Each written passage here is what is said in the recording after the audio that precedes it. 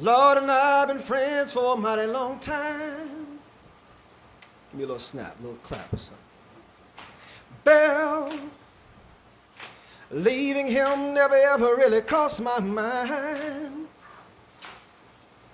Let me say this one thing, I'd never go so far, 'cause you're here no matter where we are. Bell, you're still in our heart and you're still in our mind. Bell, laughter of the sound is quieted down. Bell, the best thing we can do is keep you around. Let me say this one thing, you brought me safe thus far. Yes, it did now.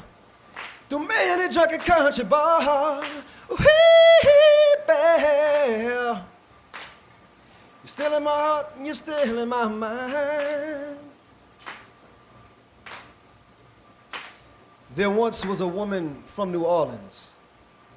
She rose before the sun every morning, got out of her bed and onto her knees to whisper prayers to the heavens. She said the names of each of her children and her children's children, asking God to shelter them in a little bit of heaven through the hell of this world. Used to boast of her 20 grandkids and how none of them ever found a prison cell or an early grave for a home. Used to thank the heavens and revel in a wonder that God had made my grandmother.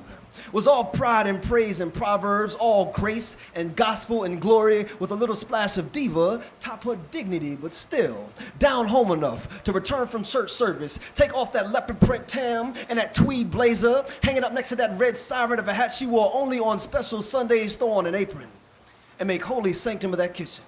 With hands poised as if in prayer, she made righteous testimony of the stuffed bell pepper, baptized the shrimp and okra, and a roux as rich as the history that she came from, seasoned the chicken like it was time for them things to come home to roost, prepared meals like she did people, like she was raising them up to be somebody, to have a story to tell to the taste buds so tongues could testify and revel in the wonder that Gloria Green had made. My grandmother was all Edgar, Louisiana, Braveheart, y'all, marching up a dust and sweat road at the tender age of 14 to plant her feet in a big city and forge roots for her little sisters and brother, never knowing that from that fertile ninth ward soil would sprout 5 daughters like southern trees that would branch out across a country bearing fruit to span the width of an entire planet. My grandmother was seamstress at the textile factory.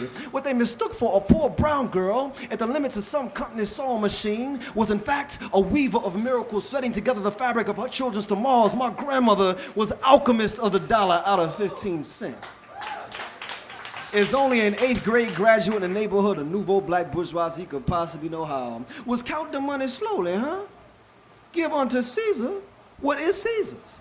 But I wish a so-and-so would try to fire me without giving me my retirement. Bitch, I'd take him and his whole corporation to court. My grandmother was 8.5 decades, 2-time hurricane survivor, was a magnitude of matriarch, too mammoth for my measly metaphors. I can no more bottle her greatness in words than I can lay hands on her spirit, now whispering in the wind these words about the sketching of the silhouette left in her absence, these words about the tracing of the footprints she left on all our souls, these words about the evidence of a thing not seen but felt. It is said that our ancestors, y'all, they never die so long as their names live on in the memories that blossom from our tongues. Grandmother, Gloria Green, root of our family tree, your name is glorious green harvest, your name is righteous blossom in the mouths of your 5 children, 20 grandchildren, 34 great-grandchildren. Your name is to be reborn and exalted upon all our tongues again and again and again and again, as you did us every morning in prayer